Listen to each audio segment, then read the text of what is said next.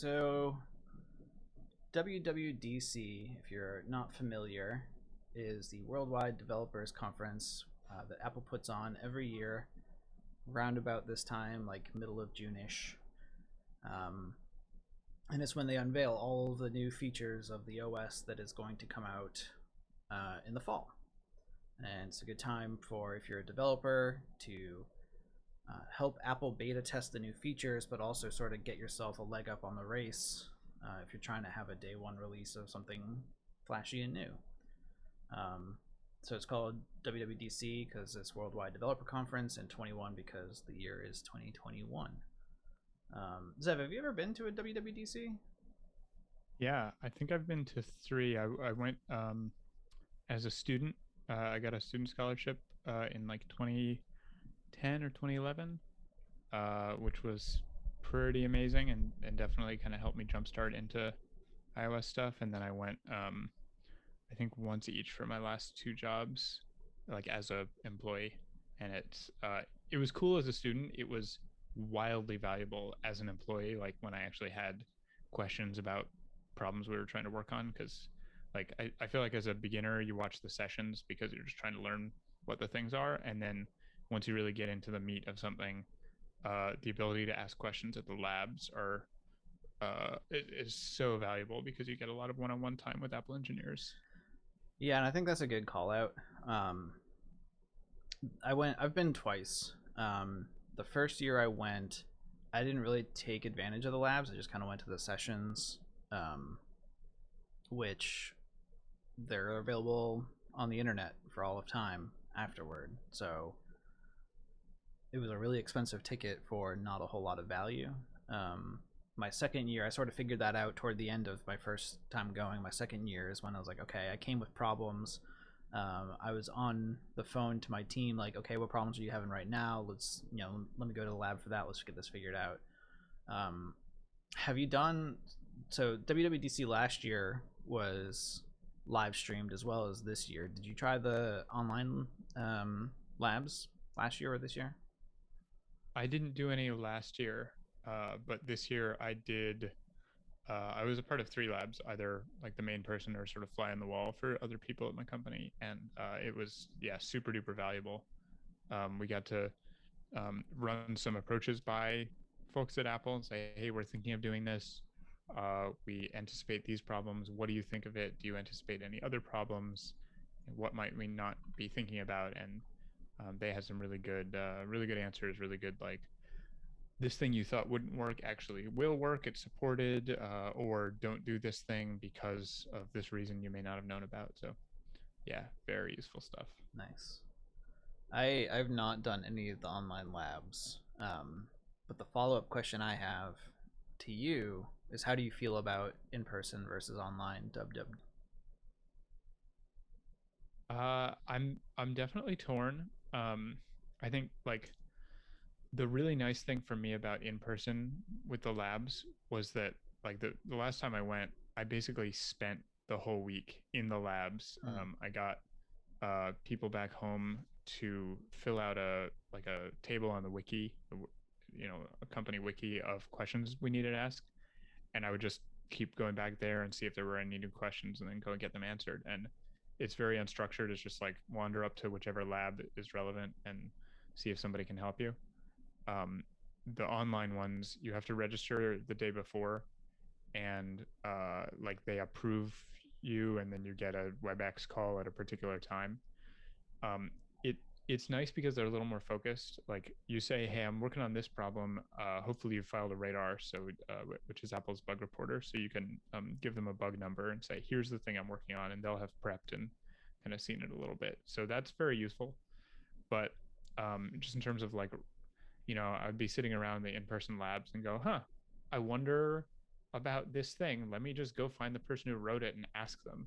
Mm. It's a little more freeform, which is really nice.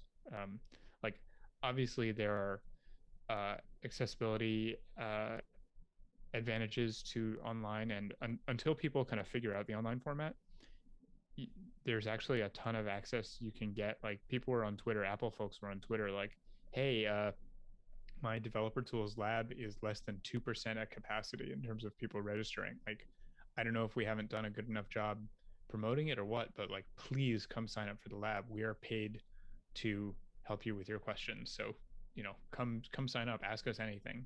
It's pretty amazing resource. Yeah, I wish that I had problems because I want to experience it. um, but I've also I had really good experiences doing the in person labs where um, the first year I went, Swift was still very new. It's like probably version 2 ish. Um, and we had something we were trying to do with our unit tests to allow dependency injection. And the language guide said what we were trying to do should work. We checked it twice, thought it should work. I went and talked to an Apple engineer, said, yeah, that should work. And I filed a radar, and before the full version was released, it was fixed. So, like, things like that kind of give you this, like, oh, wow, I helped make this a little bit better. Plus, you fixed a problem that I had. So, we've talked a lot about sessions. If you haven't come to developer.apple.com and seen this giant WWDC 21 banner or clicked it, you can click on that and it gives you all the different videos that had gone on last week. So there was the keynote and the State of the Union. That's where the keynote is where they talk about like the fun features that consumers would want. And then the State of the Union is more the technical side of like, okay, we talked about those features. Here's the name of the kit that you need to use. Here's a little sneak peek of the code. Here's a look at what changed in Xcode and all the fun things that are coming for that. So both of those videos, I would say, are very important to watch. And if this was last week, I would say even like the first day of WWDC, watch those if you have the time. If not, like watch that first thing in the morning, because when those sessions come around, those labs come around, you want to be prepared.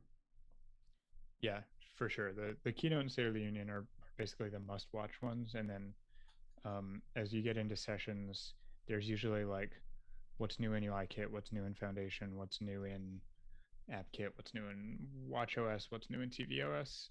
And like those are, you basically watch whichever of those are for the platform you're working on. And that'll give you a lot of ideas of what other sessions to look out for. Yeah, and I don't know about you, Zev, but I find how many, like, they have over 200 sessions. And, like, that's just a super daunting thing. Yep.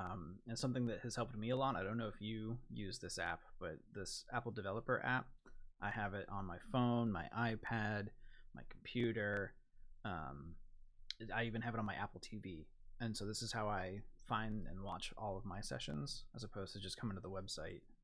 Definitely. Yeah. You sign in with your developer ID and then it lets you bookmark and download sessions.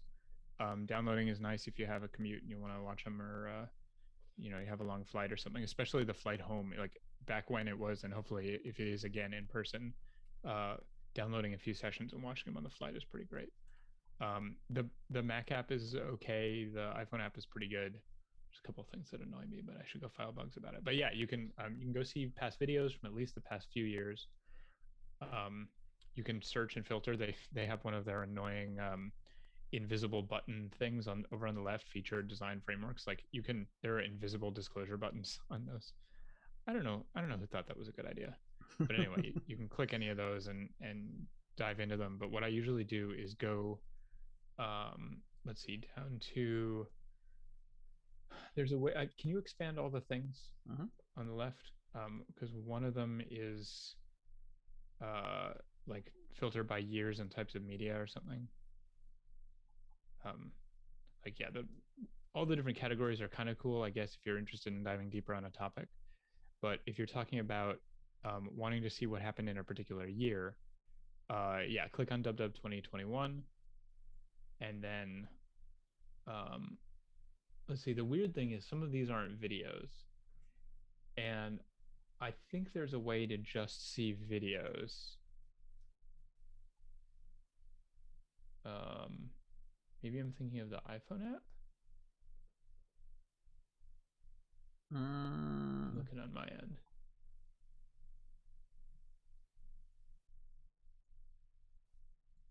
Yeah, that would sort of be my complaint of the app is there's not as much filtering as I would like. Yeah. And so what I tend to do Oh, is I found a way to get what you want, even if it's not exactly what we're talking about. um go ahead. Oh, if you click on WWDC on the upper left, Mhm. and then click on all sessions, Mhm. this will give you all the videos from 2021. Oh, I think you clicked through to one. Yeah. Uh, but you can scroll down the list and you can right click and bookmark any of them that you want, and then you can browse your bookmarks. Yeah, so that's exactly what I do. Got it. So being on East Coast time, um, these videos they said they'd come up at 9 a.m. They generally came up around 10ish, 9:30, 10ish. There's a lot of videos to post, so like I don't hold that against them. But what I'll do is while I'm having my morning coffee or breakfast, or just sort of idle time, is I'll go through all of the sessions for the day and bookmark the ones that um, either seem interesting or seem important for my job. And I actually went through and I counted. I think I had 22 things bookmarked on the first day and 73 total across the whole week. Um, so I've been doing a little bit of cramming, but I've not watched all 73 videos because there's other things to do. But yeah, I think you touched upon a good place to usually start is the what's new in or meet. So all these new things that they came out with this year, like async await, that will start with meet, and like here it gives you sort of like an introductory step into it. Good, this didn't autoplay. I don't want to play anything because I don't want to get in trouble with Apple. But they have this nice like here's some things that were kind of brought up while we were talking about the video, or while we were talking in the video while we were talking about the topic. And then here are some subsequent videos that might be useful if you're interested in more things. And so you sort of get this almost Wikipedia style, like I'll start at this one article and then all of a sudden I'm like 30 years into the past looking up things that I never even heard of. So I think this app is a great resource. If you don't want to have the app, you can go on the website and still get the same behavior. There's also transcripts. Oh my god, the transcripts. The transcripts are useful. You can search them. You can click on text to jump to that point in the video. Yeah, that's been a really nice enhancement since a few years before when they didn't have those. And then the code tab is actually pretty cool. If you're watching along a talk that has code, it lists all the code in the talk, and you can jump to it, or like as you're watching, I think it might even scroll. But you can copy out the code. It saves you from having to like retype what's on the screen if they're going over a code sample. Let's see if I can mute this. In contrast, if you call prepare thumbnail. I'm curious. I've not seen it go through the code. But I've also not looked at the code. The code tab for me. There we go. Yeah, there it goes. The code tab for me is more of an after the fact thing because you can't copy and paste the video, And they also in macOS Monterey, you'll be able to take a screenshot and copy the text out of it. Very true. Very true. Also, the code tab is a good place to go if they have like project files. They put them in there, or at least they attach those. I think. Cool. I don't know if they still do. They did in years past. Maybe that got moved over to Overview. I just found out a great pro tip about that. They have this one app that gets like reused along a bunch of different sessions. I think they started last year or the year before, and they've kept updating. It's called Fruta. Mm-hmm. It's like a fake smoothie ordering app. And if you go and download the Fruta sample code, it actually comes with a Git repository, so you can see the history of the app. So if you're like using an older version of Xcode or you want to see how something changed, that's pretty cool. I've downloaded their sample app, so I never thought about going through the history. That's a smart idea. Usually they don't have Git, but the Fruta one is special. All right. So that's sort of like the gist of things. There's one more thing that was new this year, which is the digital lounges. Mm-hmm. So that's something that like something that was missing last year, which was the first online year, was like any kind of community like there were Slacks that people made and you could join them. They weren't official, and there was the labs where you could just talk to directly to Apple people. But what they added this year was digital lounges. I think there's a whole tab for it up top. Yeah, there is. And what this was a there were a few different lounges. There was like Swift UI, accessibility, developer tools, and machine learning. And you signed up for it, and it would authenticate against your Apple ID and log you into a Slack channel. And there were Apple people in there, and there was everybody else. But they did it in a pretty cool way that I haven't seen done with Slack before, where it was very privacy conscious. So it only displayed people's first names, and it said whether they were from Apple or not. But yeah, just first names. Like you could figure, if you sort of knew who people were, you could kind of piece it together from their avatars. But it was like designed to be fairly anonymous, so you wouldn't like get people following you around after the conference or anything like that. And it was very heavily moderated, so most of the time there wasn't free chat in the channels. Like that's kind of what the developer forums are for. But what they would do is periodically throughout the few days of the conference, they would have these challenges where they would say like, hey, we're going to use Swift UI to make a retro UI. Try it out and post your results, and it'll be fun. And so they would post these challenges and people would do them, and they would open up the chat, just like open the floor periodically where people could post stuff like during the challenges. They also did meet the presenters, where they during a talk, like when talks would go live for the day, they would say, hey, everybody in this channel, we're going to watch what's new in accessibility starting now. And everybody would agree to hit play. I mean, maybe next year they'll use share play because they didn't have that available this year. But everybody would watch, and people would kind of comment and ask questions in real time of the speaker who had done the session, because the sessions are pre-recorded, so the speaker could be in there answering questions, which I thought was really cool. They also did that at 360 iDev this past year, and I really like that format. Like questions during instead of questions after is kind of a neat thing you can do when the sessions are all pre-recorded. And then they also just had like a Q&A bot where you could post a question, and if they deemed it appropriate and answerable, the bot would repost the question, and then Apple folks would go in the comments or in the chat thread and answer the question, which is like a mini lab. It was kind of amazing. You could just be like, hey, what's the origin of this feature, or how do I do this thing? Like really casual stuff. It didn't have to be like a big official lab kind of thing, and you might get an answer. And even though this Slack went away at the end of the week, people wrote some scrapers and stuff and managed to archive a lot of the questions. So if you search around for WWDC 21 Digital Lounge archive, people have posted those. So you can skim through there, search for something you're interested in, maybe find somebody's interesting question about it. That's neat. Yeah, I didn't take advantage of either the lounges or the challenges.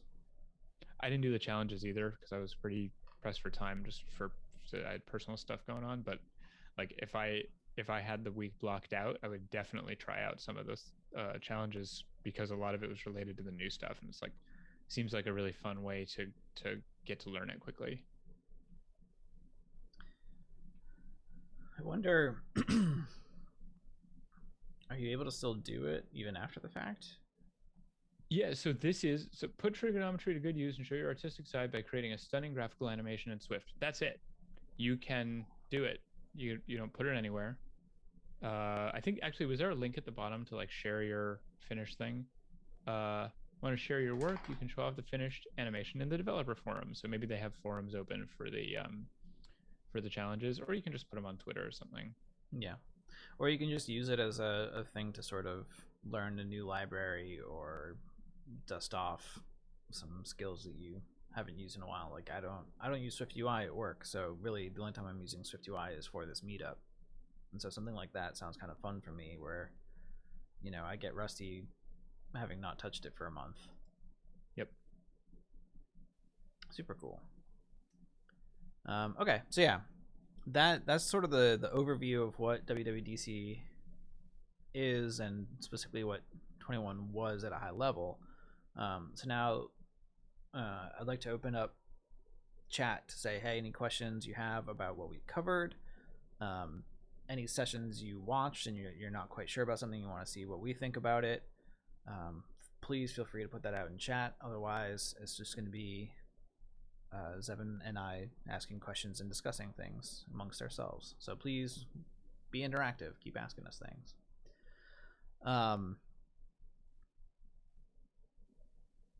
So overall, I was pretty happy with this year's WWDC. I don't know about you. Oh yeah, there was a ton of stuff, and I think the fact that there was not like a super duper ton of big user facing features that require broad adoption, like, you know, this wasn't a dark mode year or an auto layout year where like everybody's, well, auto layout's not a great example, but like, you know, everybody's scrambling to do all the things. Like that's not that, it wasn't that this year, unless you're like a video app and you want to support share play or something like that. So it's a pretty good year to like do more sort of maintenance mode stuff. Like if you know, sometimes WWDC happens and that determines the course of your summer. Yeah. And this year it seems like we have, Marco Arment talked about this on I think Under the Radar, that like, okay, I actually get my summer to do the stuff I want to do, more or less, which is nice. Also worth remembering, especially if you're newer to this stuff, that everything announced at WWDC doesn't come out until the fall, like usually September-ish, and you can't use it in your app unless your app is iOS 15 plus. So it's okay to not like, this is an exciting time to use the new things, but it's also like the worst time to use the new things because they're new, they're mostly broken, like there's tons of big bugs because it's, you know, an early beta, and you know, even when it comes out quote unquote stable in the fall, you know, if you want to support devices running iOS 13 or iOS 14, you basically can't use the new stuff yet. So like it's okay to chill for a bit and not have FOMO about all the flashy new things. A little bit of an asterisk to that. So there are beta versions of Xcode and all the tools that you can play with. You just can't ship it. And yes, and so that's what you were, when you mentioned Marco Arment saying that he gets his summer back, and then you know you referenced dark mode. 2 summers ago when dark mode came out, like I spent my entire summer outfitting dark mode into the app that I helped build at work. Like that was my project. I lost anything else that I was supposed to work on. Right. So the feature is available, but you just can't ship it. And if you do accidentally ship it, Apple will reject your app and say you've got stuff that's not released in there yet. You got to take it out before you can ship it. So definitely be careful when you're playing around with the new features. Yeah, you can't use the beta Xcode to ship to the App Store until the what did they changed the name? It's not Goldmaster anymore. It's like release something. Anyway, oh, did they? Like basically the weekend before the weekend before iOS comes out on like a Monday or Tuesday, they release the like final release of Xcode. Yep. I didn't know they changed it from Goldmaster. Probably because they're trying to get away from the word master. Yep. Yeah, that makes sense. Yeah, I mean, like in general, I was watching the keynote. Actually, I was on my way back from I was at the airport when the keynote started, and so I had my phone, and I was streaming it to my phone. Obviously, not watching it while driving. It was off in the corner, but at red lights, I was sitting there. And I come home, I put on the TV, and I'm sitting there watching it, and it, like, first blush, there was nothing that I was like, yeah, I can't wait. Like this year was like really heavy on the video stuff, like really being social in isolation, and I found that kind of heartening, like after the fact. But like in that moment, I was like, I want new features. I want, like, tell me about new hardware. Tell me about like some sweet new dark mode-esque thing that I'm gonna spend my summer about. And much like Marco Arment, I'm very happy to not have my summer locked away. And also, like, the new chatting things seem really cool. You know, I live away from most of my family, and even my friends. And so Mm-hmm. having all these new video features where, you know, we can watch something together, listen to something together, that brings me closer to people that I've otherwise kind of drifted apart from, not only in the isolation of the pandemic, but like even before that, where, you know, they're just far away, so we're not watching movies together. We have a guest. Hello. But I will say, the things that did come out in the keynote and the State of the Union resulted in me buying both a HomePod Mini and an iPad Pro. Both things I wanted nothing to do with for the last couple of years, and this year finally was the one that was like, okay, I've got to do this. Wait, so the iPad stuff I understand because of all the like multitasking and pencil things and quick notes and everything. What was I don't remember something specifically for HomePod. Or is it just you've been wanting to and this was your excuse? I've actually been not wanting to. I found the original HomePod absolutely hideous, and the few reports on the internet of it leaving rings on furniture, like I've got a lot of wood furniture, I don't want that to happen. But the HomePod Mini I find less offensive in the way that it looks in a room. But I don't remember his name, but there's that guy, they've got like the whole house set, and like he's standing in front of like a house and just like walking around talking about all the features. Like last year and this year, that got me. I was like, I want to go hang out at that set, and I want to try all these features. Like I want an Apple store that is that house set, so I can play with home automation stuff and see what I want to buy and like how it feels. But also Siri gets better every year, and while I had some fun the first couple of days saying random things and seeing what the HomePod would do, like it actually is a fairly decent speaker, and it's a quick way to like play some music, like play some calm music, and open a book and just kind of chill out for a bit. If you're getting into home automation, get smart switches, not smart light bulbs. Mm-hmm. Unless you care about the color stuff. So last year, the whole pandemic has been me just like optimizing and reorganizing my house. And one of the like very first things I did in the pandemic was I went out and got like 3 smart switches, which does not cover my entire house, but it covers the rooms that I never want to flick off the switches in. So like in my living room, it's on the opposite side of the wall from the couch, and like if I fall asleep on the couch, I don't want to get up, go turn off the light, and then go to bed. I just want to be like, yo, turn off the light, I'm out. So yeah, I've definitely, and like I use Siri all the time for that, and I've got smart plugs for my air conditioners because I have in-window units, and so having that all connected to be like, okay, turn on the kitchen air conditioner, or be in my car on my way home from something, like, okay, turn on the air conditioner. Like all of that is pretty sweet, despite all the scariness of having your home interconnected to the internet. Dispatch asks, is there anything new and cool for the Apple Watch? More health stuff. Like I think they added more workout types. I think that's pretty much it, right? They added if you have a series 5 or series 6, I believe. The what's new on watchOS talk covers it, but yeah, if you have a series 5 or 6 watch with the always on display, they made a big change for that, where previously if you're running some random app and you lower your wrist, the way the always on display deals with that is it just blurs out your app and then stays always on, so it's basically useless unless you're looking at the watch face. And what they changed this year is now your app will get dimmed, but it will stay visible. And there are special hooks for you to like if you're doing a workout and you want to keep updating digits on the screen or something, right, you can do that.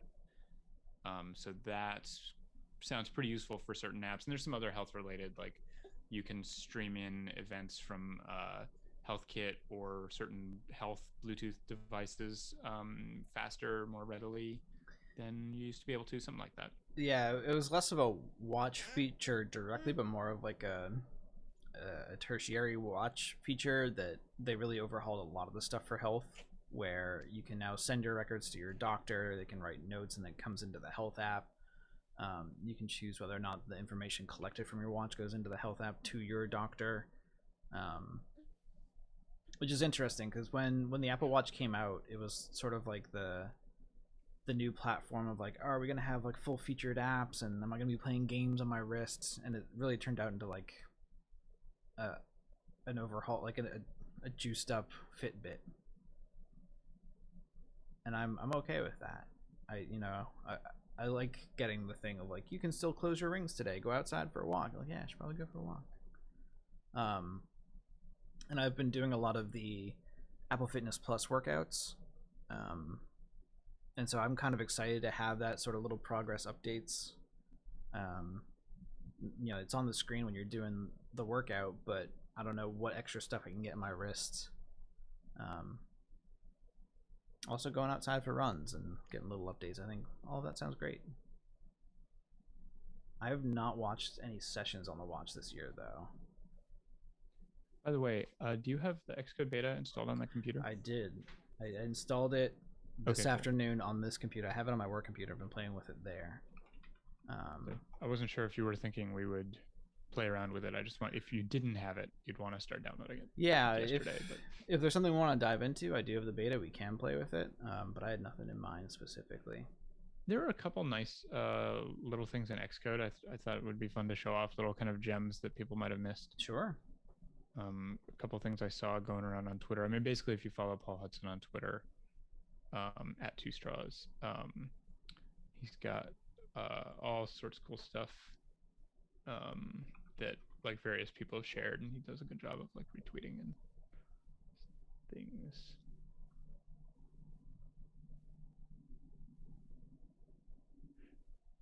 Oh, weird. I just reloaded the stream and now the chat is full, but before I wasn't seeing anything in the chat.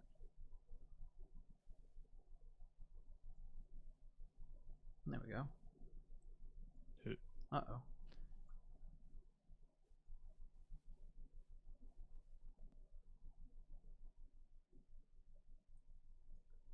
Ah, there we go. I always forget the format the projects get made, and so like I make the folder and then I tell it to make the project and it makes a folder within it, and I'm like, I gotta do all that delete shuffle. I think that just confused everything a bit. But here's a beta. Cool. Can I do screen share? Yes. Or I mean screen control? Here you go. Cool. Yeah, so there were a couple neat things that I haven't actually had a chance to play with, but they looked like a lot of fun. So one of them was just in autocomplete. There's some really nice little tweaks in autocomplete. So like if I have let's say I had a user struct, and then I have like an array of users. Then somewhere in my code, I can write like for, well, now we get to see if it's actually going to work. Let me put this in a function. Maybe that'll help.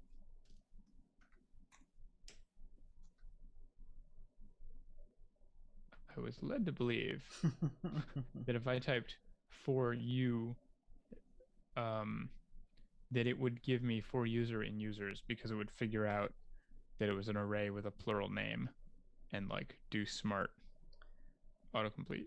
My experience has been this first beta is a little rough. All right, well, that makes sense. It's also still doing all the like the building indexing things, so it might need a hot minute. Mm-hmm. And while we're waiting for that, oh no, it just succeeded. Oh, I saw somebody post better on Twitter. Maybe it's not working yet.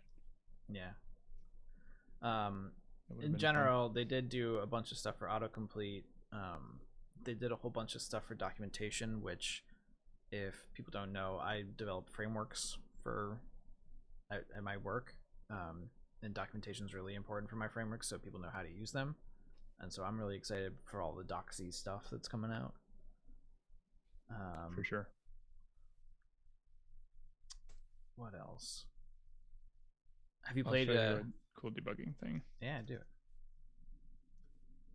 Sorry, go ahead. What were you? Have you played while with? I'm working on this? Have you played with any of the other new features yet?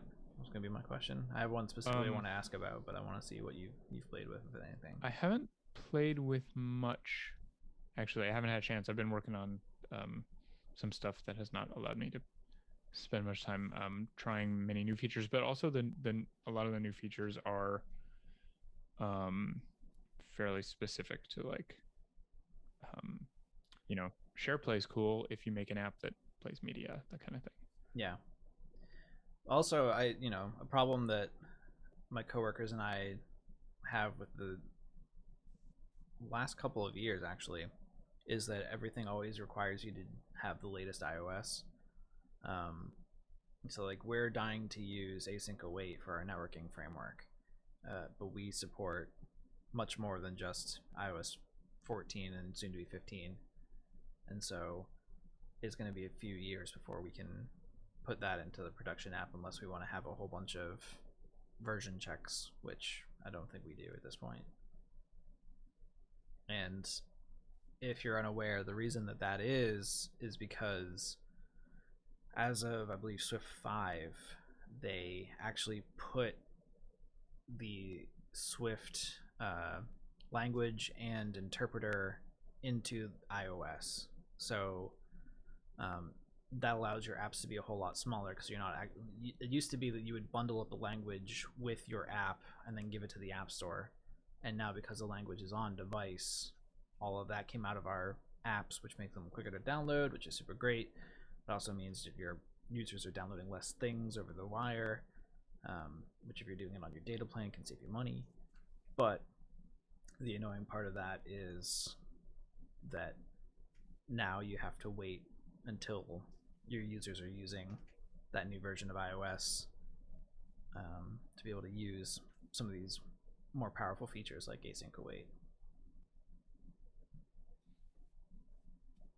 Okay, so I want to demonstrate column breakpoints, which are so exciting.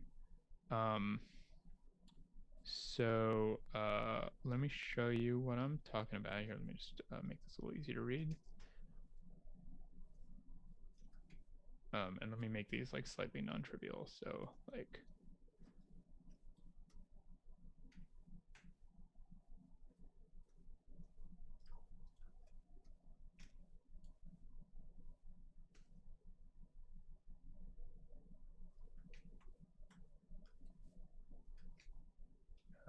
and then that one's fine. So let's say I'm debugging and I want to see what happens when this function gets called. So I set a breakpoint, and let's run this app, and let's see what happens when I hit the breakpoint.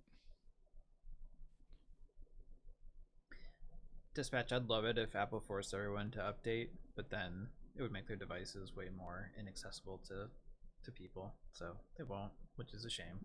They actually went the opposite direction this year for the first time. They're giving you the option when the little update thing comes up. It's like, update to iOS 15. It's going to say update to 15 or no thank you, I'd like to stay on 14 and keep receiving security updates for 14, which they usually never allow. Oh, like yeah.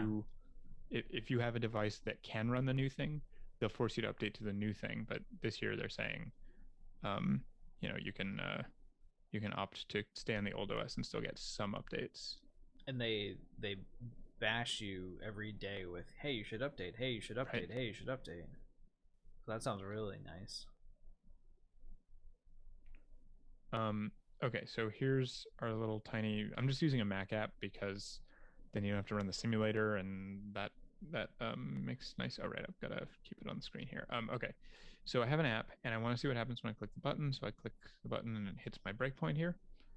And that's great. And now when I'm debugging, if you're not familiar, by the way, with breakpoints and the debugger, check out our session on our YouTube channel from last year where we did a whole session on debugging.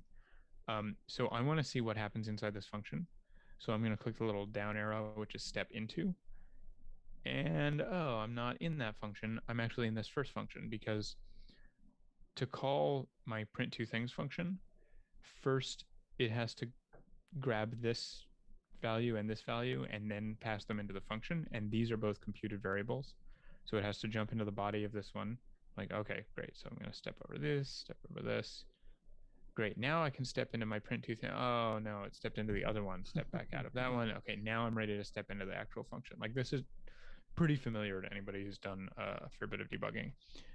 So what's new this year is I can get rid of this breakpoint, and instead I can command click on the function that I want and set a column breakpoint, and it puts a little blue thing right above. It's kind of hard to see. I wish they put something in the gutter as well. But watch what happens now when I run it and I hit the button. How does it show up in the breakpoints menu? Good question. That's a regular. As a regular breakpoint. Yeah. I mean, it's also early. Like when they add a new UI thing to Xcode, often stuff changes as the betas continue. Yeah. So now I think if I step in, yeah. Ooh. That's gonna save me so much time. Especially when you have like the way more complicated function signatures. I've been pained so many times by going through exactly what you demoed. You're like, no, I don't want to be here. Step out, yep. Step in, step out, step in. Yeah, usually what I'll do in those cases would be I'd set a breakpoint here, set a breakpoint here, disable this one. Then when I hit this one, enable this one, disable this one. Yep. Then yeah, it's like that's no way to live now because now we'll have this thing. And then to get rid of it, you can click it and drag it out. That's wonderful. You can do all the normal things. You can double click it. Oops. Apparently, if you do it that way, it goes away. But yeah, you can do all the normal breakpoint things. Column breakpoint, double click. Should be able to double click it to edit. Yeah, you can edit it. You can name it. You can add conditions and stuff. You can click to enable and disable it. Boy, yeah, it's really small. I definitely hope they add something in the gutter. You do get. Oh, that's weird. I was also expecting to see a breakpoint over here. Maybe not when you have scroll bars always visible. It was there when you did the full line regular one. Okay, so that's, I would bet you that that's a bug and they're intending to add that because like breakpoints in the gutter or in the scroll bar, I mean, are a really useful way to just like bookmark. Like sometimes I'll put a breakpoint and disable it just so I can remember where I was in the file because I'm not really I'm not really a fan of the mini map. Oh, I hate the mini map. Sometimes I use it in certain files. It's pretty cool that you can hold the command key and see this stuff, but I never actually use it in practice. I like that. I just don't like that it takes up screen real estate that could be full of code instead. Well, now you have a super duper wide screen, so maybe yeah. maybe you'll rethink. I was talking to Zev. Control Shift M, by the way, to toggle that on and off, or you see it in the little layout thing here. Yeah, I go by the layout thingy. I was talking to Zev before stream that between streams I've gotten an ultra wide, and so I believe that I've gotten stream set up correctly so that it looks like it normally does. But if something's off screen, shout at us in chat and I'll make sure it comes on screen. It looks like this menu sticks out to the side a little bit. Yeah. But that's okay. You can at least see this start of the text. Yeah. You could have this be on the right instead of the left. And I mean, don't do it now, but yeah, that would fix it. But anyway, yeah, column breakpoints, they're super neat. And I haven't actually gotten a chance to try them out, so that was fun. Nice. What do you think about Xcode Cloud? I haven't had a chance to like watch any of the sessions or anything on it. I'm glad they did it. I think they started from pretty good foundation, which is they bought Buddy Build, and Buddy Build was doing some pretty cool stuff. So I think that's I think that was a good starting point. Pricing is going to be the main thing to watch out for, but like there's definitely stuff that they're going to do that's a lot easier for them to do than like a Bitrise or a Circle CI, just in terms of first party access, and like they have access to the betas. They make sure their stuff is running right when it's released. they can test on a big fleet of devices or simulators. I think devices. I don't know if they do real devices, but Simulators. Yeah. Only simulators? I believe so. Okay. I have watched the sessions on them, and I'm super jazzed because my team supports continuous integration, or CI, for my company's iOS side of house. And we're actually in the middle of evaluating options to get off of the solution that we currently have. And for what, it was like 3 years ago, they bought Buddy Build for this whole 3 years. I'm like, when's it gonna come? I need it to come. When's it gonna come? I want to see it. And not only did they add CI/CD, which is continuous delivery, they also moved all of the code signing into the cloud. And so currently, and at previous companies, I've used a tool called Fastlane to manage all of that. And more specifically, within the Fastlane suite of tools, a tool called Match that sort of handles creating, but also like getting and managing all of your signing stuff, so that there's only one certificate, it belongs to one account, there's only one set of provisioning profiles, which, you know, Apple's been making code signing simpler and easier since I've started, many years ago, 8 years ago almost. But it's still so painful, especially as your team gets larger and larger. And so something like Match, where you have like one source of truth, was really nice. And Apple took the sort of finer parts of that and made it even better, because now it's just, they added it to the cloud, and so it's up there. You don't have to worry about it. Anyone can use it. Like, the number of times that I've spent late nights trying to figure out what broke in signing so that we could do a release. I'm so glad that seems like it's going to be over. Other things that are cool with the CI stuff too, like I haven't played with the beta, but everything that you would want is there that I can tell. You've got pre-build scripts, so like if you want to run Swift lint or you know, you've got to do some changing of code or moving of, like, the example that they gave in one of the sessions was they swapped out their production icon for a beta icon as a pre-build script. And you can build, cool. And then after it's done building, you can do an after build script, and you can do like a when it's successfully archived script. So like if you don't use Apple's crash reporting and you use a third party, like Crashlytics or Bugsnag or whatever, you can use that post archive script to upload your desymbolization files, so you can actually get your crash reports, and it hooks straight into TestFlight, which is super cool. I'm excited about the Xcode integration. Actually, like whenever a build fails, you know, you gotta like go sign in with your company's weird single sign-on, and then go find the right build, and you know, scroll through the logs. And web browsers are bad at displaying logs, and like that, having that right in Xcode is actually going to be really nice. Yeah, our current provider, those logs never render correctly, and so you've got to go read the raw log, and like that's just painful to do. And to have it all there and integrated with XC test, so you get the screenshots of like, here's the point that your test failed if you're running UI tests. All of that just sounds so nice, and I can't wait. I just hope I hope it's reasonably priced. Yeah, it's gonna be cool. Speaking about XC test, our former co-organizer has gone off to Apple to work on the testing tooling, and they announced some pretty cool stuff this year. Did you check out that session? Let's see. I don't think I saw new testing stuff, other than I think there was a couple things in the like the State of the Union or something. I don't remember exactly, but I think we had something we wanted to show. There is something I want to show, and I can't remember its name, so I'm going to go see if I can find the session. Was it the skipping tests? They made that better.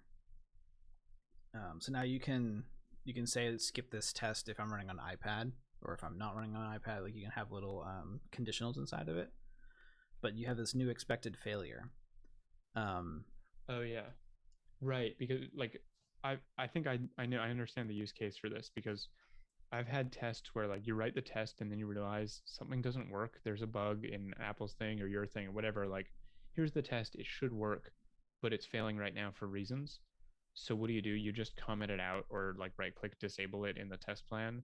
And then you're like, well, this this doesn't run, but this is like you can have the test actually run, but indicate that you're expecting it to fail, right? Right. And so it actually it does fail, but it's not reported as a failure. So if every other test passes, your test run passes and everything's fine. But you still get your, like, if you're recording metrics in that test, or like if you're expecting it to at least fail but not crash, like it's still running, which is still potentially valuable. Exactly. And this is that what I was saying. They added in some conditionals for your skip. So you can have a little thing in there, which is super nice, because we have a whole bunch of iPad tests that we just don't really run because we mostly run CI on iPhone simulators. And so now with the cloud, we can do both, and then we can also say only do this if you're running the iPad instead of our little hackaway that we currently check for the iPad. I can tell like if the use case that I have for the expect failure is I've got a bunch of asynchronous code that for whatever reason works on developer machines, but as soon as you put it on CI, it doesn't work. And so putting that in there, like, hey, don't worry, CI, we got this, we'll figure it out, is great. But then they added in something else that there was might the not repeat be, thing. Yeah, it might not be in this session. So there's a thing that lets you set up test repetitions. It might be part of test plans. I'm not sure. No, it's in this one. There you go. I think it is. It might be part of test plans, but I believe it's just a block of code. They added async await. It might just that be probably. Yeah, it might be in the test plans. You're right. But what it does is it lets you rerun the test, 100 times or whatever the value you want to set on it is, and you can tell it to stop when it fails so you can observe it, or stop when it succeeds so you can say, like, why did it work this time? That sounds super amazing. Like, between the expected fail and that, I'm gonna fix so many issues with our test suite, and I'm so excited for it.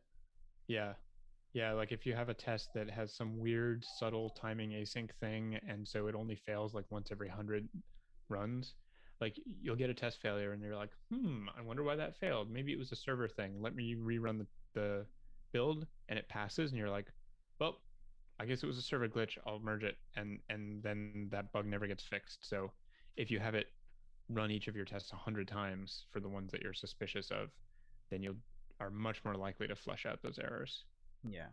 If you aren't writing unit tests, start. And if you are writing unit tests, check out both of these sessions, because it seems like a small thing, but these two things are like such an incredible quality of life, at least for me. I've got to imagine it's going to be for everyone. And refer to our previous session on testing that we did earlier this year or last year, I forget which. Yeah, on our YouTube channel, !YT in chat.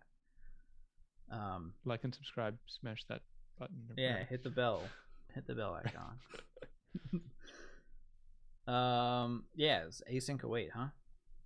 Yeah, that and attributed strings. That's the other two. Like the attributed strings are things. Fantastic. You want to talk about that real quick? So I think that'd be a little bit quicker. Yeah, let's do it.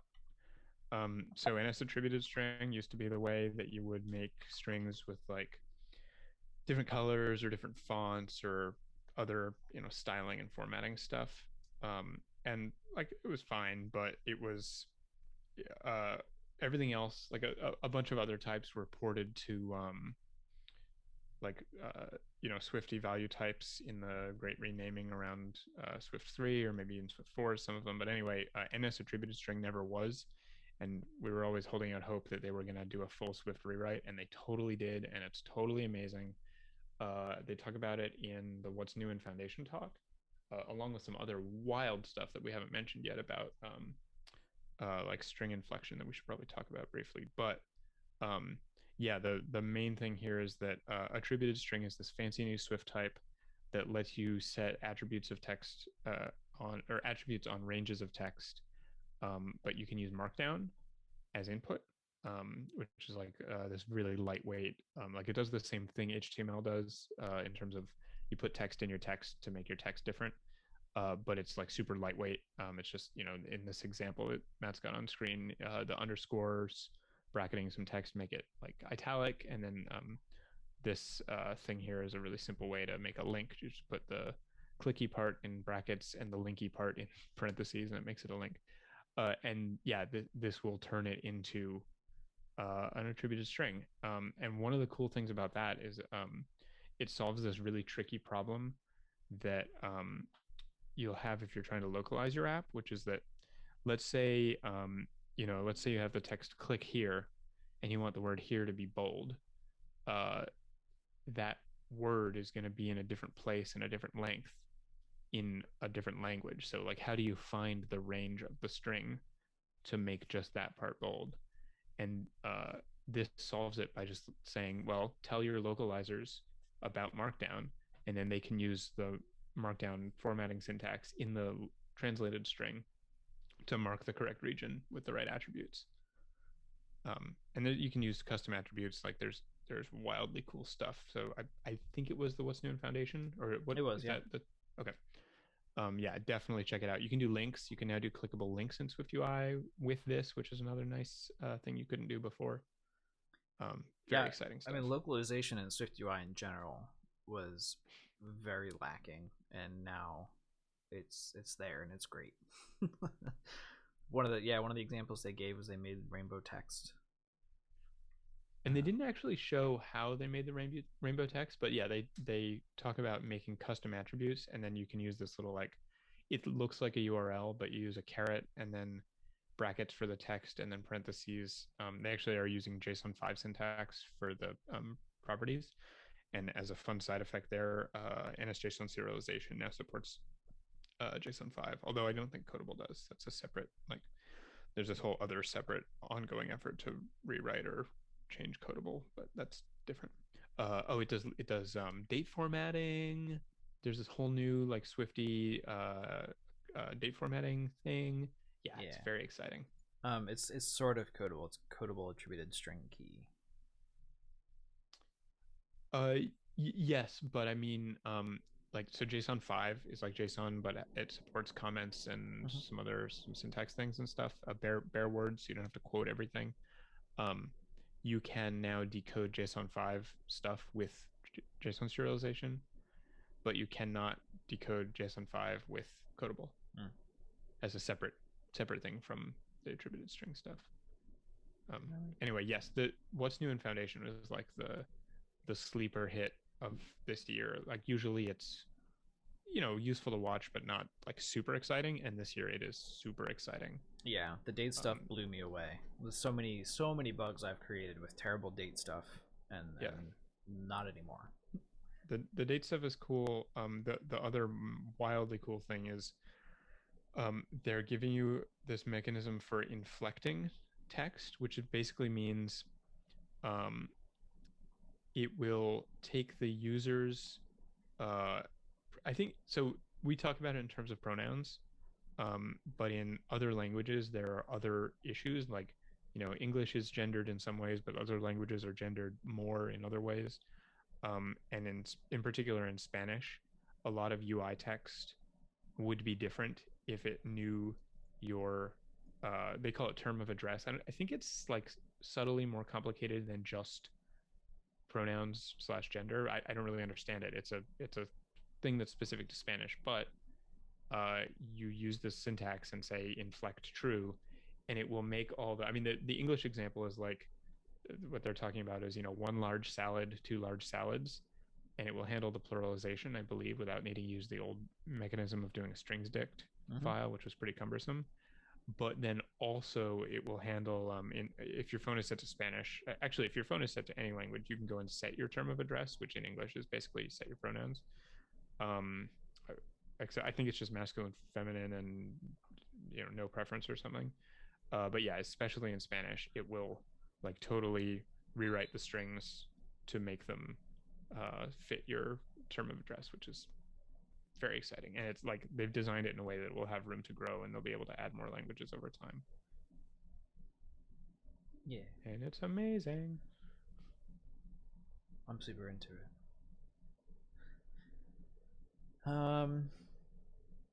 If you are just joining us, we're talking about WWDC 21 that happened last week.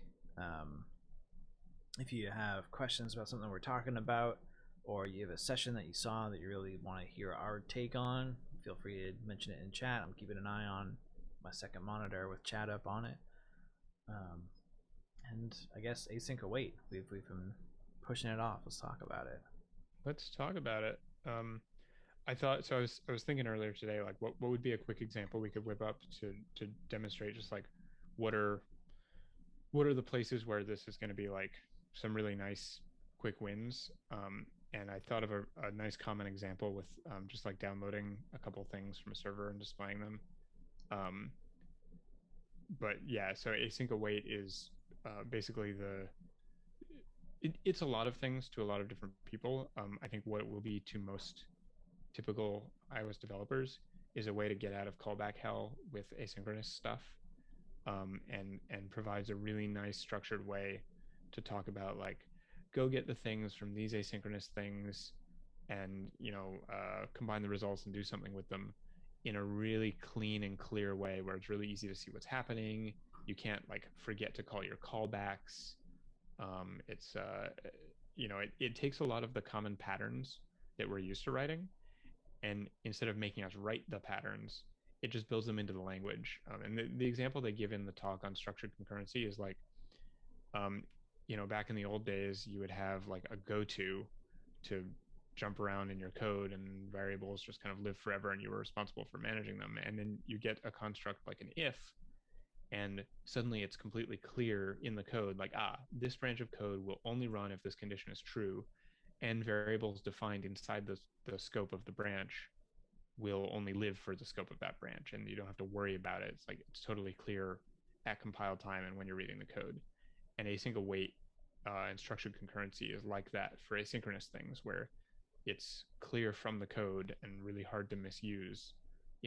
If a function is going to take extra time to run, and it will make sure you don't accidentally like block the main thread, and it will make sure that you do call things on the main thread when you need to, with a separate but related feature called actors, and main actor specifically.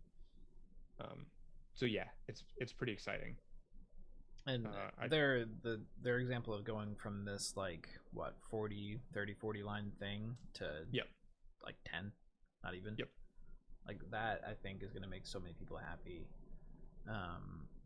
They straight use completion handlers here. Like also it gets rid of dispatch groups, which are its own fresh hell. Yeah, I don't know if we want to spend the time on it, but I thought it'd be fun to go grab one of your favorites, the Reddit API. Yeah. And like build a little. We don't even have to show anything on screen. I think it'll be enough just to print stuff. But basically, pull the contents of a subreddit. Get all of the posts that have images, download the images, and then return back once we have all of that stuff downloaded. Oh, we already have some sample code for this, or something like it. I'm wondering if we've already got some stuff that we can try and make async awaitly. I think we might. Where does this app pull its data from?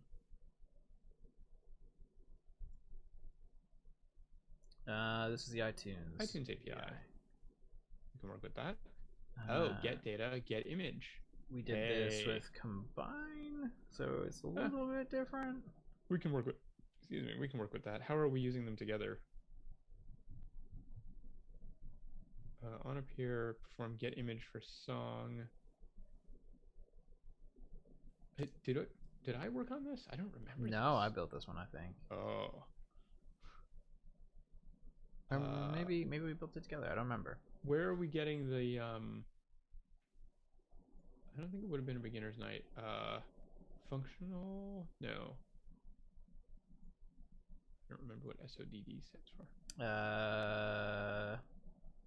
It was last month. No, that's Stack Overflow driven design. Right. Not last month.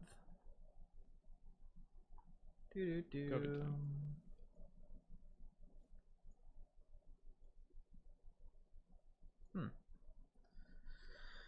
Okay, I can go in a different directory. While I'm looking for one of our Reddit apps, what are you most excited to go dive into next? You mean in terms of stuff I haven't looked at yet? Yeah. I've only watched about half the concurrency stuff. So those I'm looking forward to fleshing that out. The doc.c stuff, the documentation generator looks like it's going to be pretty cool. And like, I work at a company that has a bunch of libraries internally, and being able to not just rely on, chicken scratch comments in the code and like actually write docs that will get generated and put up online somewhere and stay up to date. I mean, that's not all automatic, but to have the tools to make that potentially possible is pretty exciting. Actually, this is another one I haven't watched yet, but I'm pretty excited about is Xcode now has GitHub integration. Yeah. More GitHub integration, so you can review pull requests. And I don't know how well it's going to work, but like so many times I'm kind of jumping back and forth between Xcode so I can run and debug somebody's code and the pull request online to actually like write comments. And if I can have all that in one place and it's a good experience, I'm very excited about that. Same here. Not terribly nested, but this should suffice, and it's not combined. Does it pull down multiple things, like pull a thing and then pull another thing? Yes, it gets the current weather and then it fetches the icon. Yeah, love it. Okay. All right, we should be able to convert this to async await. You want to try it? If you're willing to. Yeah, let's go for it. I've never written async await code, but I have watched some things on the internet. Before you do, let's make a branch on this so that I can push it up after. There's a new, if you want to try out the new Xcode Git stuff, you can try doing that in Xcode. There's a little button right up here. Xcode beta WWD-Brief. Cool. And then shows the branch. Wait. Sorry. Okay, now you. Okay. All right. So let's see. So we have this fetch current conditions. This one doesn't take a completion because it just sends off the work and goes and does it.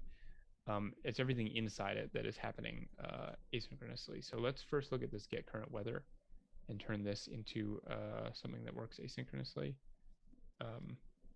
Actually, both of these, get current weather, and get condition icon. Both of these are going to change. So actually, I think I saw if you command click on this, convert function to async or add async alternative. How cool is that? I'm into it. I wonder what happens if I click it. I'm going to add an alternative so we can see both. Actually, sorry, before I do this, I have made a terrible mistake. What I want to do first is all this async stuff is iOS 15 plus. So I want to make sure that the app is set to 15 plus. Otherwise, we'll have to go deal with a bunch of stuff. It actually added all the bunch of stuff for you. It's going to be cluttered. Okay. I just want to have a clean break.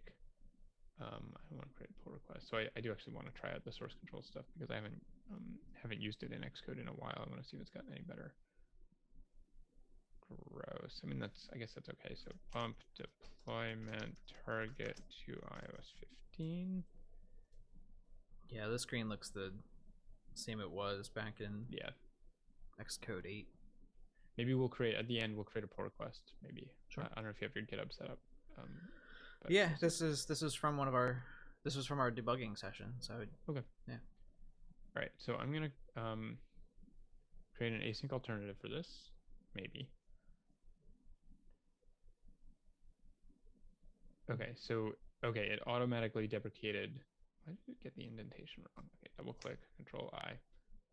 There we go. So what do we have? Why is it still indented wrong? It's very strange. I think it did it deprecate the new something. function? No, it deprecated the one that takes a completion handler. But it added async to it? It missed. I don't think we're gonna want to do this. No, it didn't. This is the async one. This is the new one. But it with async line 25.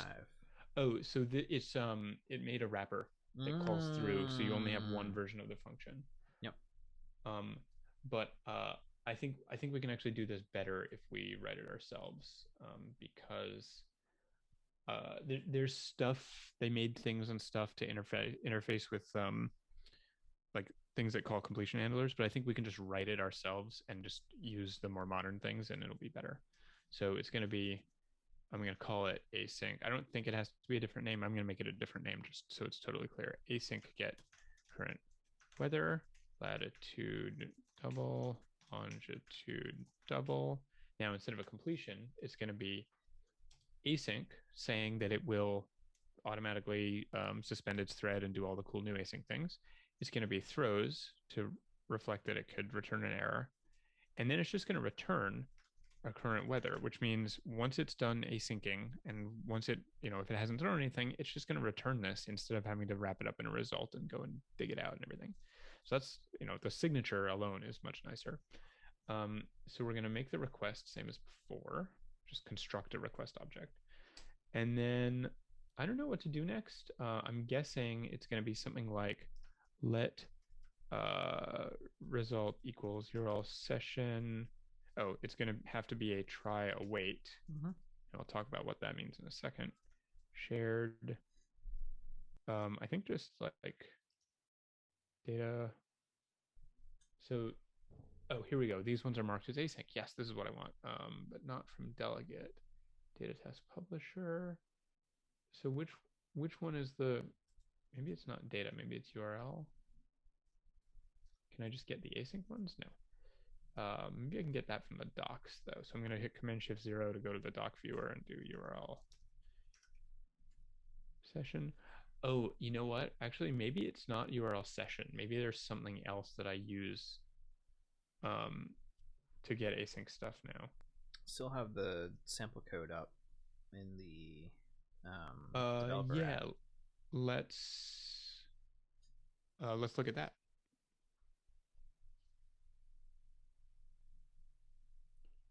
URL session.share.data for request. Oh, that's beautiful. Okay.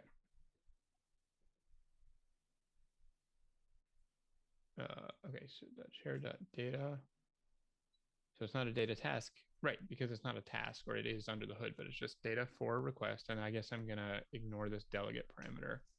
So for request, and I will just get rid of the delegate parameter. I'm gonna step away real quick. My dog needs to go out. Cool. And then okay, this is giving us back a data and a URL response. We don't need the response for what we're doing, so we're just going to do .0. I think gives us the data. I wish they named those tuples values, but anyway. So this is pretty sweet. We don't have any like callbacks or anything. We just have result, and we did a try, which means we don't have to handle any of the error handling in here. It's just going to throw it up to whatever thing is handling this. I mean, we could do we could do a normal do and do error handling stuff if we wanted to, but we don't need to. So that's neat. And then what are we doing here? What are we doing with the result? So let's see, we check the error, otherwise we call completion. So we've taken care of that with the throws and async stuff. Then we're using JSON serialization, otherwise through a networking error. And then we have to make a current weather from the JSON. Okay, so this should be pretty easy to flatten out. We're going to say let JSON equals try JSON serialization .json object, and I can just try now because it'll throw again, if it needs to. I'm not, inside this async thing, which complicates that. So JSON object with options, JSON object with data. Okay, here we go. So pass in the data here. Oh, it's called result. Let's rename that to data. And then options, I used mutable leaves for some reason. I'm just going to copy the code as is. I'm not really going to worry about what it is. And then I'm going to say as question mark JSON again, because I did in the last project. Okay. And then I'm going to let current weather equals current weather from JSON. Now this, I believe, returns an optional. Oh wait, let's see what it returns. Value type JSON question mark must be unwrapped. Okay. So this thing was an optional. So I'm going to say, I'm still going to do my guard lets, but it's going to flatten out a little bit. So guard let JSON equals, okay, I still did a question mark here, all this as that, else. Now, instead of having to call this completion thing and then remembering to return, I think I can just throw networking error, which is like normal Swift control flow. Oops, double let. So that's nice. And then same thing here, similar to what we had before, guard that current weather equals that, else throw networking. And, in a real app, you could customize this error to say, in this case, it was a JSON serialization failed, and this one was current weather, whatever failed. Like you could make it a little bit smarter, but hopefully you can see how the pieces work together. And then the last step is just to return current weather. So it has totally flattened it out into normal looking control flow. Everything's happy and compiling. So that's pretty nice. And let me comment this out, because then the compiler will yell at us where we need to swap in the new function.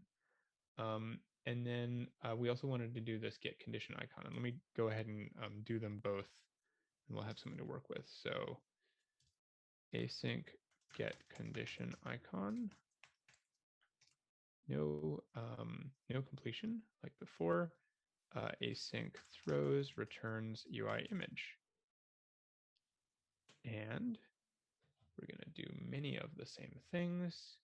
So we make our request, and then let data equals URL session shared data from request, but I have to try await. Oh yeah, I never actually talked about what try await means. So the try is your standard Swift try if you're familiar with Swift error handling. That's pretty standard. But it works with the async stuff now, which is nice. It didn't before. There wasn't async in this way. The await means this is going to go off and do its async things, and it will suspend this. What does it suspend? It suspends the function. Does it suspend the thread? I'm hazy on the terminology here. You'll definitely want to watch the WWDC session on async await. It's like meet async await in Swift 5.5, something like that. But it suspends, basically you can think of your program moving through this function and just stopping here, but it doesn't hang your app. Your app can go and do other stuff on other threads. And then when this data comes back, it picks right back up where it left off and keeps running the rest of the function, which is, pretty cool. It's a big departure from how this stuff used to work, but it is pretty cool. So let's see. So we have our data, guard, let image equals UI image. Oops, what have I done? It doesn't like the requests. You're gonna have trouble with the autocomplete. All right. What is wrong with the request? It wants a URL instead of a request. What did I data from? Data 4. Okay. Guard let image equals that, else throw, and then return image. Right, this is .0. Very annoying. Okay, so we have that, and this one's a bit more involved. I don't think we need to convert this one for the example, so I'll probably leave it, but yeah. We'll see how far we get. comment that out. Let's see how badly things break now. Okay, so I think we're good in this file, and then yeah, let's go over here. So what are we going to do? So we have this fetch current condition. So how does this change? So what we want to do, this won't work, but I'll show you what we want to write. We want to write networking controller dot async. So this is our new function, async get current weather, and latitude is latitude, longitude is longitude. And then once we get it back, instead of this callback completion thing, we'll just use it directly. So a couple things. So call can throw, but it's not marked with try. Okay, fine. So we'll do a do block, and then inside it, try that, and then catch. What did we do in the error case? We did self should fetch location equals true. We didn't even use the error, but that's okay. I'll just print it so you can see that we have it.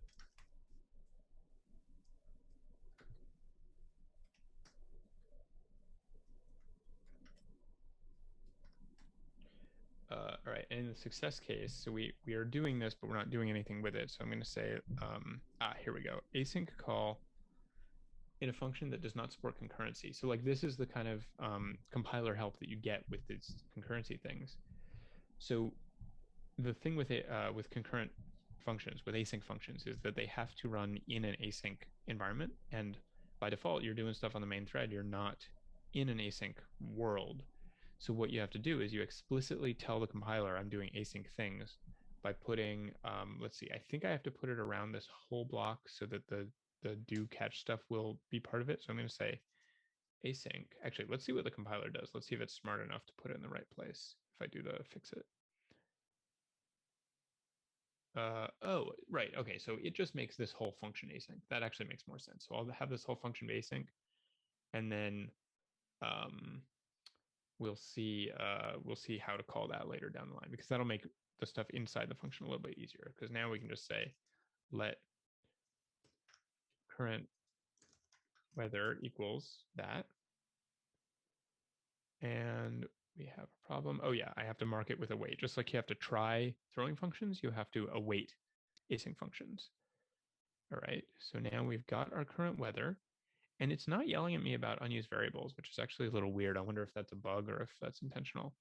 So we've got our current weather, and then we'll see what we did with it down here, which was set the current weather and then fetch the icon. So self.current weather.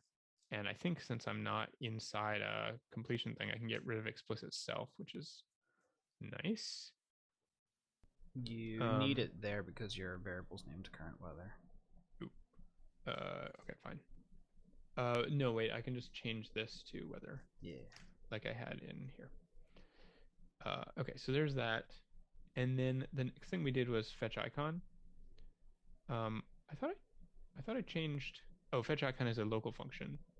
That all it did was set the icon image view. So I think I'm just going to do this in line to kind of drive the point home a little bit. So I've got the weather there, and I want to let icon equals networking. So I'm copying line 71 now. Networking controller dot get condition async get condition icon ID was the weather.icon ID. Weather.icon ID. Okay, and then again, I have to try. I'm already in a do block, so that's fine. And then await.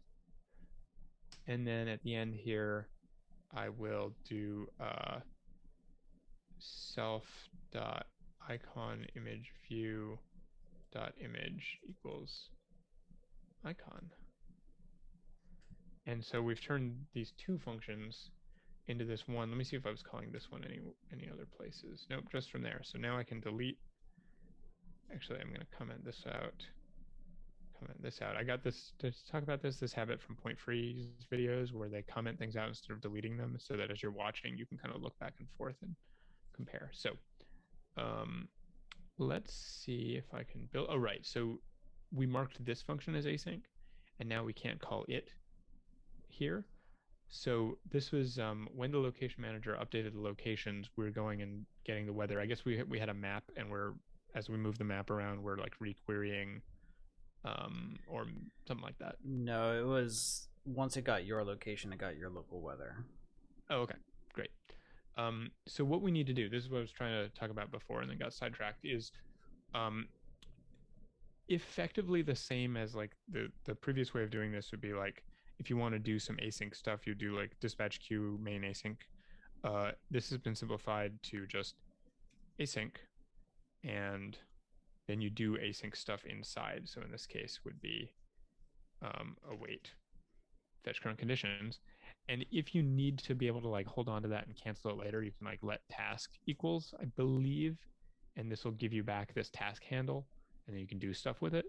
But in most cases, you don't have to do that. You just say async. I don't know about most cases, but in this case, we don't have to. And we're just saying, go do this stuff async. Don't have this function wait around for it to finish. Kick it off, off into oblivion and let it run. So let's see if that works. And if it does, I want to illustrate one more cool thing. I mean, we haven't run this app in however long it's been since this session, so I don't know if it worked to begin with. We probably should have tested that. Probably a year. Yeah. It'll probably be fine. Yeah. There we go.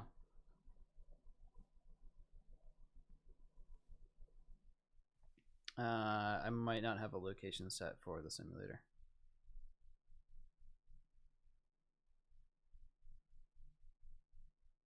Use Apple.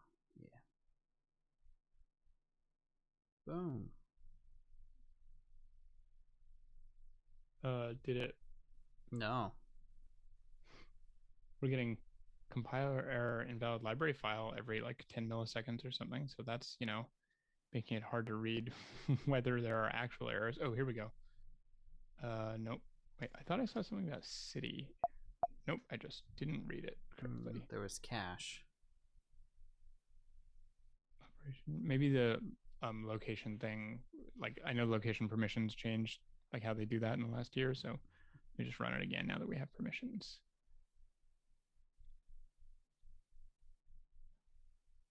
Oh, hey, error fetching conditions, networking error.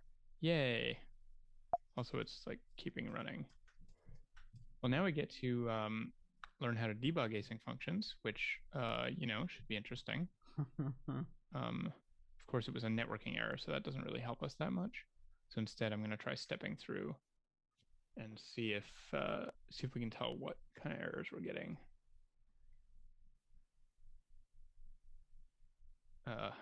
I'm going to set, I don't care about instantiating network controller, so I'm going to set a column breakpoint here and here. So I can just step right into the function. I mean, we might have just written the, ported the function wrong. So let's see. Oh, this is from our session about debugging code. I wonder. Was this the broken version? I wonder if this is the broken branch. Here, we'd have to see it over here. That would be amazing. No, we did it on main.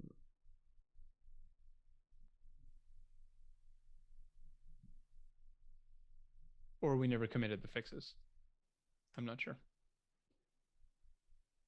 So I'm confused about where we are in the debugging, because I think while that async was off doing stuff, it like jumped to another place. So we wanted to jump in here. I think I want to set a breakpoint like here. So we have our data. We have our JSON. We have our current weather. Aha, we were not able to create a current weather from JSON. So jump in here, and anybody who wanted a rehash of the debugging session, you're gonna get it. Let's turn these off, because now we know it's a problem with just deserializing that JSON. Don't need this one anymore either. No, this is the bugged branch. Go back one file. Okay. Wait, I just wanted to see. It's not here. Yeah. Wrong latitude. Is it latitude and longitude are typoed? No, stop. Give me back control. Okay. Go for it. You made the window too large. Oh, sorry. Good catch.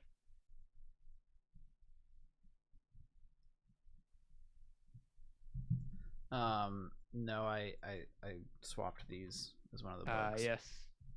There are many other bugs, but this is one of the ones that I intentionally put in. This was possibly the worst example we could have chosen. Yes. Well, we can probably turn off breakpoints now. Hopefully it'll work. Yeah. Hey, it worked. Scattered clouds. Nice. Good remembering. Right, so that worked. And then the one last thing I wanted to play with, just for fun, because there's not actually a good example of why you would use it here, but dispatch groups, something you had mentioned earlier, are currently the most common way to say, like, I want to do these multiple async things and then go somewhere else when they're all done. And they made it so much nicer now. So let's say right now what we're doing is we're getting the weather and updating the current weather, then getting the icon and updating the icon. Actually, yeah, this is a decent motivating example. Let's say I want to is it a good example? I think it's a good example. Oh, here's what I'll do. Will this help? Let's see. If I move this around, so I say let's get the weather and the icon and then update everything in the UI all at once we have them. What I want to do is I want to say let's get the weather and the icon and then update everything in the UI actually at once. Like, yeah, let's say I had another function that was like update, I don't know, I'm going to use bad naming, update, well, no, I'll say update current weather and icon. So we'll have one function that does both things. I'm just going to put these in here. You got to give current weather type.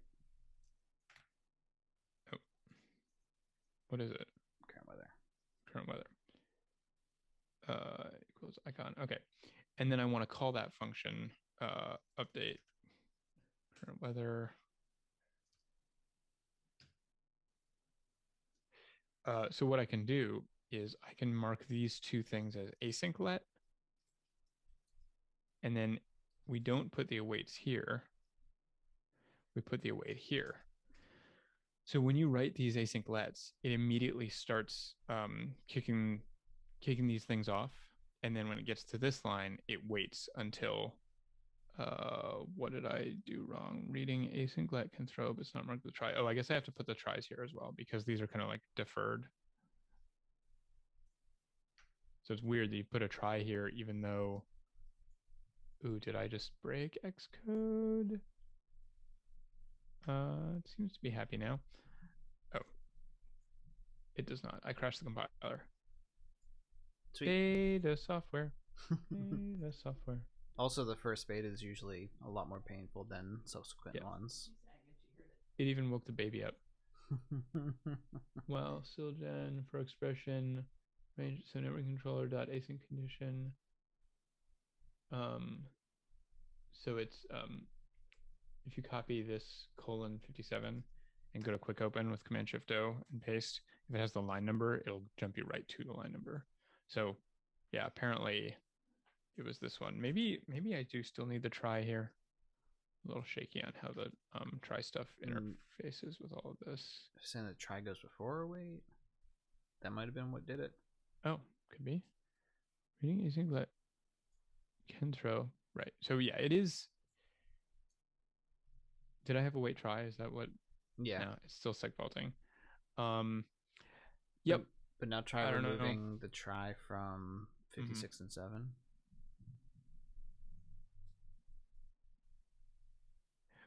I wonder if it's async try let. I don't think so. Or no, that wouldn't make any sense. Yeah, so I don't know if this is unsupported or just bugs, but I believe something along these lines will work. Where eventually, where you build up the stuff that you need, and then you call it, and like this is totally reasonable in normal, they call it straight line code, where you just run one thing after the other, where you get a thing and then you get another thing, and maybe they happen at the same time, and then you pass them both into some other function. um, Theoretically, once all the bugs are ironed out, async let will let you just do this without having to make dispatch groups and enter and leave, and all the bugs that can result from that. Yeah, I think they have an async let somewhere in the sample code here.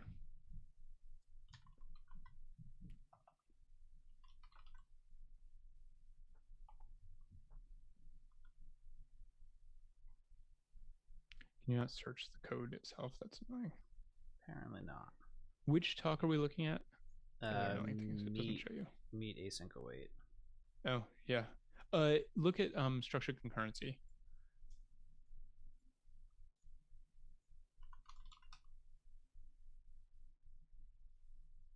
Fourth one. That's the problem with binging all of the sessions that I did, is I'm starting to forget which one had what. There it is at 7:59. So async let one thing equals some stuff. Async let some other thing equals some stuff. Do some random like guards and like do all the things, and then just return in this case. I mean, so the try await needs to be on the thing that you're waiting for. So it would need to be here. Oh, I'm used to try, where if there's any throwing expression anywhere in the whole line, it does it there. That's very interesting. Still seg faulting. Still seg faulting, but at least it's more correct now. Maybe having two of them in the same function is broken right now. Yeah, I don't know. Yeah. I'll submit the code to Apple and maybe we can get an answer. Hey, good idea. We could file a bug live on the air. There's only one other person watching. It'll be fine. No, I would, but you don't have to. Oh, then there's something wrong with the.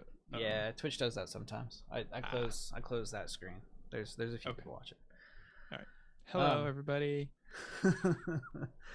So yeah, I think we've covered all the things that I'm hoping to cover tonight. I don't know if there's anything else that you were hoping to.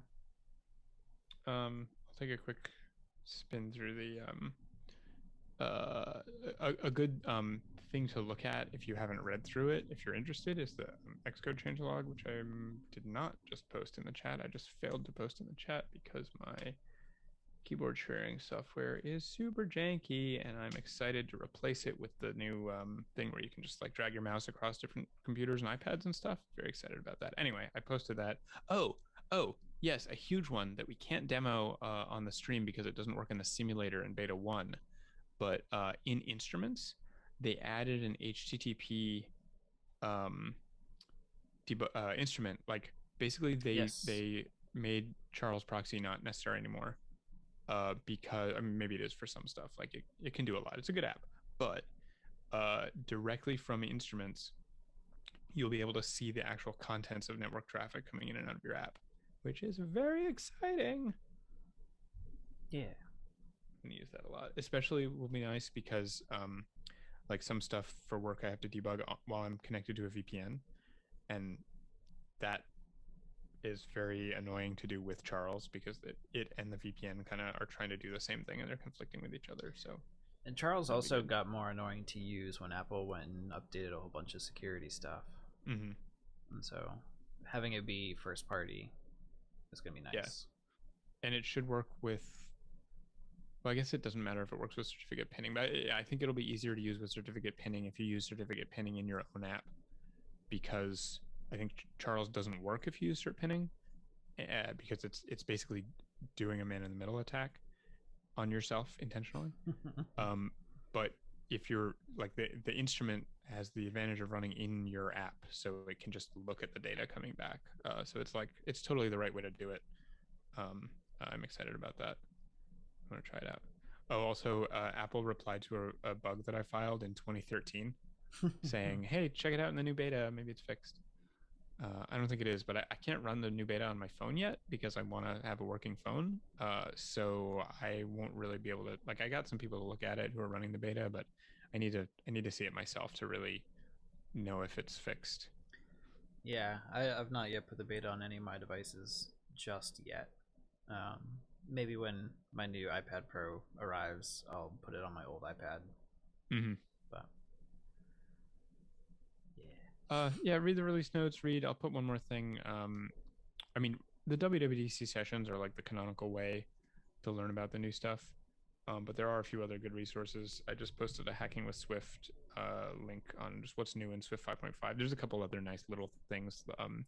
Some sort of ergonomic improvements around CG float and double, and some things with protocols and little Swift UI niceties and things. ooh, that's a nice image. Paul's getting fancy. Yeah. Don't know how he does it. I don't know if he does anything.